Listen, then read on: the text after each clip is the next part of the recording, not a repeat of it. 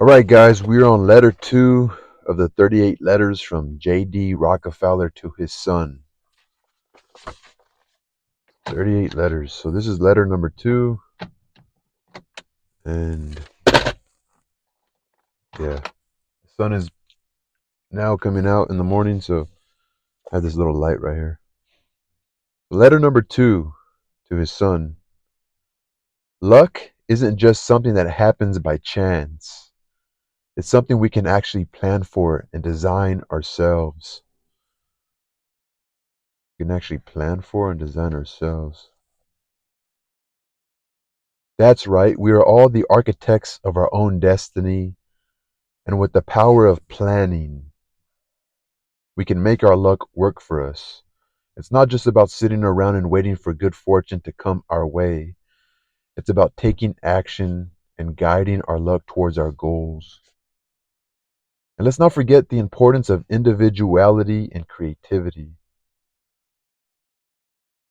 We weren't meant to just march in line and follow the crowd. We have been given unique brains for a reason. Let's use them to design our own luck and create a life that we truly love.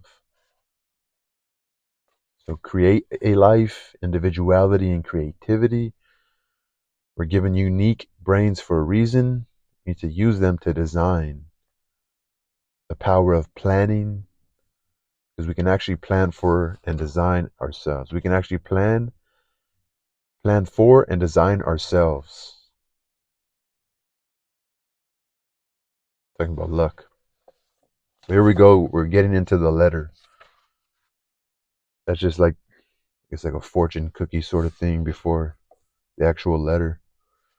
So the first one was written 3 years earlier, July 20th, 1897. July 20th, 1897. This is written 3 years, almost 3 years. This is January 20th, 1900. This is written almost like 2.5 years after.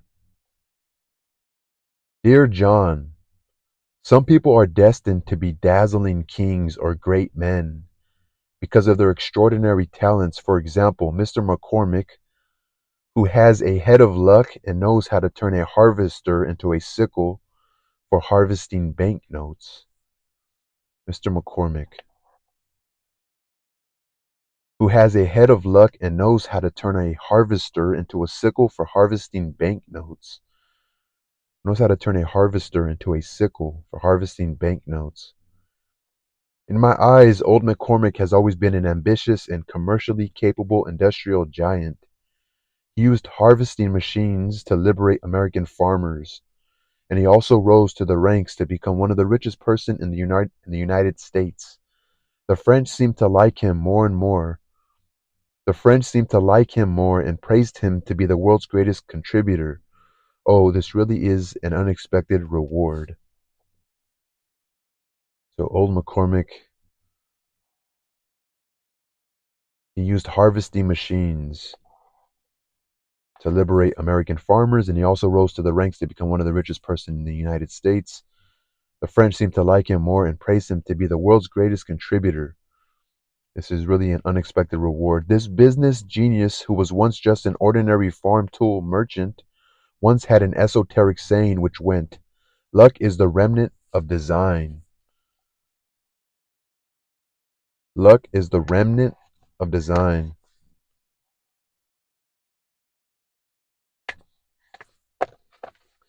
Like it's the effect of design. No, it's luck is the remnant. Luck is the remnant of design. This phrase does sound quite brainy. Does it mean that luck is the result of planning and strategy, or does it mean that luck is what remains after planning? Yeah, remnant, like the remains. Remnant is the remains of something.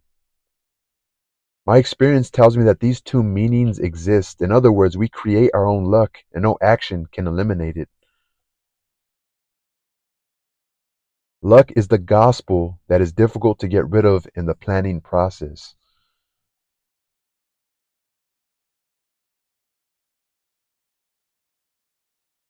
Does it mean that luck is the result of planning and strategy? Or is luck what remains after planning? McCormick saw the true meaning of luck and opened his door to it. So I am not surprised that Mr. McCormick, Harvester's product can be sold all over the world. So his harvesters. However, in this world of ours, it is difficult to find people who are good at planning luck like Mr. McCormick, and it is difficult to find people who do not believe in yet understands luck. It is difficult to find people who do not believe in yet understands luck. Like, how can you believe in something you don't understand? In the eyes of ordinary people, luck is always innate. As long as they find out someone has attained success or have been promoted, they will say casually with contempt, "This man's luck is so good, it is luck that helped him." As long as they find out someone who has attained success or have been promoted, such a person can never have a peek into the truth that makes one successful. Everyone is a designer and architect of his own destiny. I mean, people will credit it to all luck and not see the work they had to put in to be prepared for a chance at an opportunity, which might have seemed like luck, but they happened to have been prepared prior. I admit, just like a person cannot have no money, a person cannot have no luck. However, if you want to make a difference, you cannot wait for luck to patronize. My credo is, I do not live by God given luck, but I do so by planning luck. I believe that a good plan will affect luck, and in any case, it can successfully affect luck. My plan to turn competition into cooperation in the oil industry justified this. Before the plan began, the oil refiners fought for their own interests, which led to a devastating competition between them. The kind of competition is certainly a boon for customers, but falling oil prices are a disaster for oil refiners. Falling oil prices are a disaster for oil refiners. At that time, the vast majority of refiners were a loss and were successfully sliding into bankruptcy. I am well aware that if we were to be profitable again and make money forever, we must tame this industry and have everyone act rationally. I regard it as a responsibility, but it is very difficult to do. It requires a plan that places all the oil refining business under my control. John, to be a good hunter in a profitable hunting ground, you need to think hard, be careful, be able to see all possible dangers and opportunities in things, as well as study all kinds of strategies that can endanger your dominance like a chess player.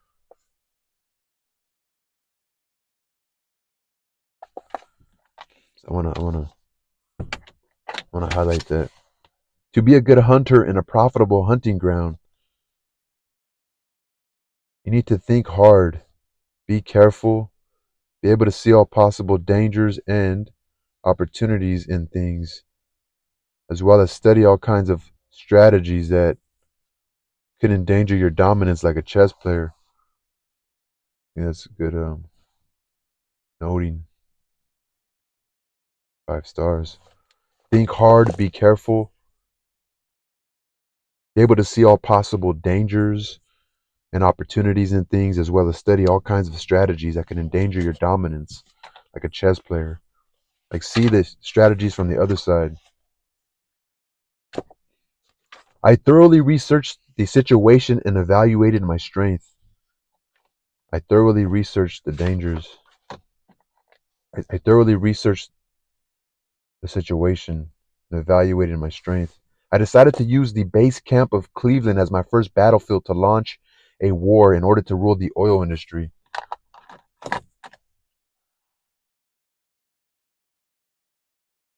After conquering more than 20 competitors there, I moved quickly to open up a second battlefield until I conquered all of their opponents and established an oil industry in a new order.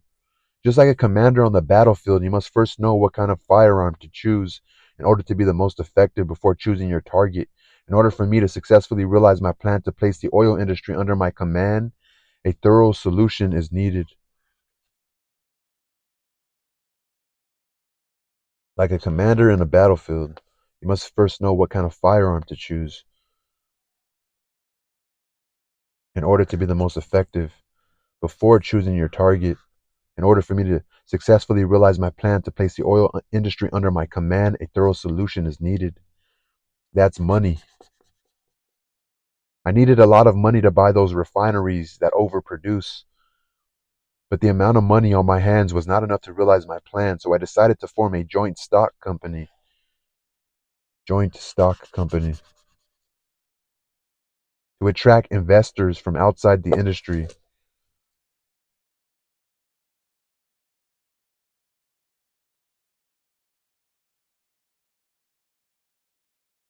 Soon we registered a Standard Oil company in Ohio with millions of assets, and the capital expanded significantly within 3.5 years, but deciding when to do it is a matter of knowledge.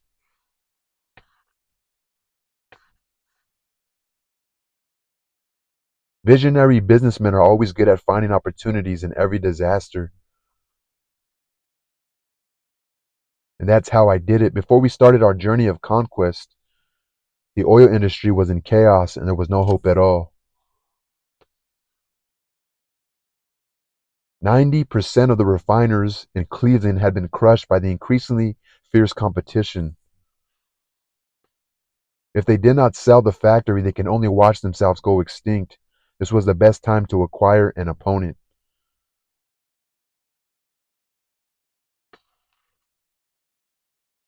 It seems unethical to take an acquisition at times like these, but it really has nothing to do with conscience.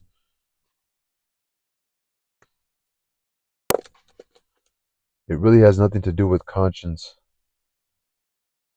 An enterprise is like a battlefield, and the purpose of strategic goals is to create the most beneficial state for oneself. The purpose of strategic goals is to create the most beneficial state for oneself. For strategic considerations, the first target I chose to conquer was not a small company that was vulnerable, but the strongest opponent, Clark Payne.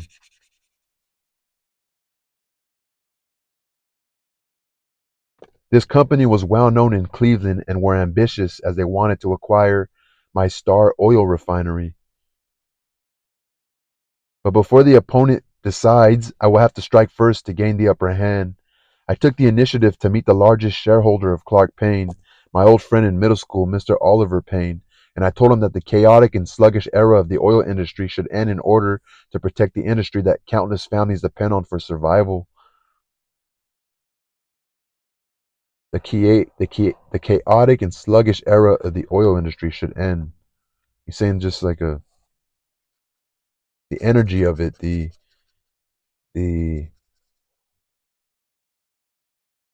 like just how it was being operated at the time. I took the initiative to meet the largest shareholder of Clark Payne. Took the initiative. He initiated the contact. I wanted to build a huge high performance oil company.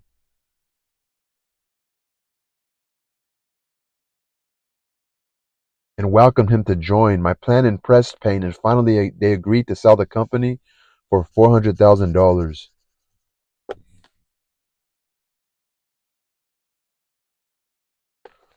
High performance oil company.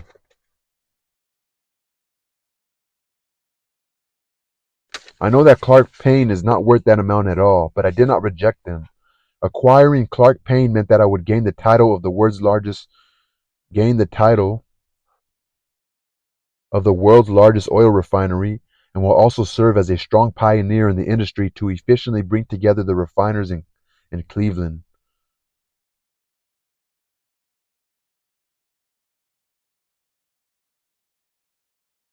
The title. Gain the title. Gain the title. This trick really worked. In less than 2 months, there were 22 competitors under the leadership of Standard Oil.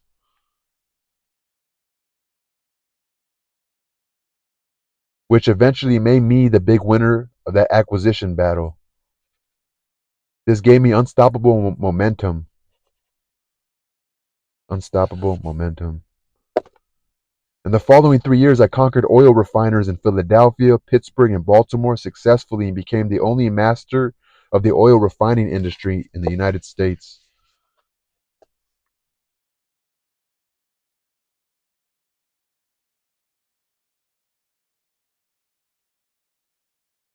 Following 3 years, I conquered oil refiners in Philadelphia, Pittsburgh, Baltimore, the only master of the oil refining industry in the United States. Come to think about it, am lucky if I were to only lament on my bad luck at that time and follow the crowd. I might have been conquered, but I planned my luck. Come to think about it, am lucky if I were to only lament on my bad luck at that time and follow the crowd. I might have been conquered, but I planned my luck. Anything can happen in this world, but nothing can happen without doing anything. Reap without sowing. Nothing can happen without doing anything. Those who blindly follow the crowd and rules, I view them with disdain. Those who blindly follow the crowd and rules, I view them with disdain. Their brains are entangled with wrong thoughts as they think that it is worth being complacent just by being able to withdraw themselves. Their brains are entangled with wrong thoughts as they think that it is worth being complacent just by being able to withdraw themselves.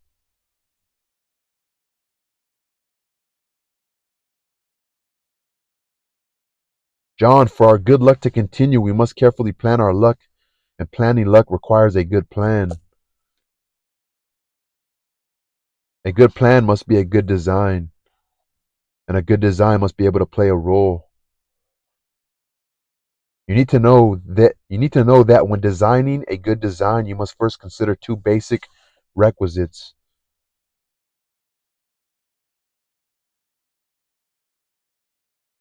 Prerequisites. The first condition is to know person you want to become. No. The first condition is to know your goals. Know your goals, such as what you want to do, or even what kind of person you want to become. The second condition is knowing what resources you have, such as status, money, interpersonal relationships, and even abilities. Two basic prerequisites. The first condition,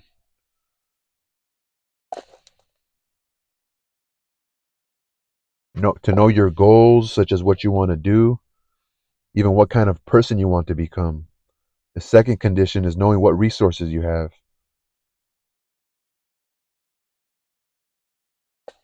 such as status, money, interpersonal relationships, and even abilities. The order of these two basic prerequisites is interchangeable. You may have an idea and or a goal before you start looking for goals that can be achieved from these resources, or you can also mix them together to form the third and fourth methods, such as having a certain goal and a certain resource. To achieve your goal, you need to selectively choose and create some resources.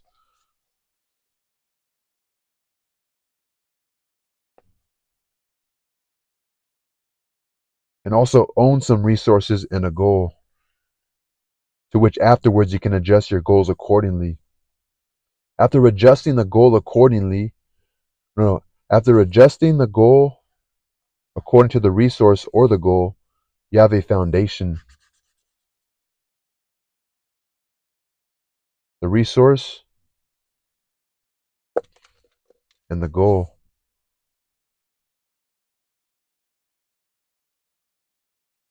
Adjusting the goal. Based off, like, what can you do right now? Be reasonable. Like, I don't have a lot of money. I can just start small. You have the resource, but you have that idea, that goal. Then you have a foundation. Foundation. You can conceive You can conceive the design structure, and the rest is up to you to fill it with your means and time while waiting for luck to come. And the design structure. The rest is up to you to fill it with your means and time while waiting for your luck to come. You need to remember that, my son. Designing luck is designing life. So while you wait for luck, you need to know how to guide your luck. Give it a try. Love your father. Interesting, huh? Give it a try. You need to remember that, my son. Designing luck is designing life.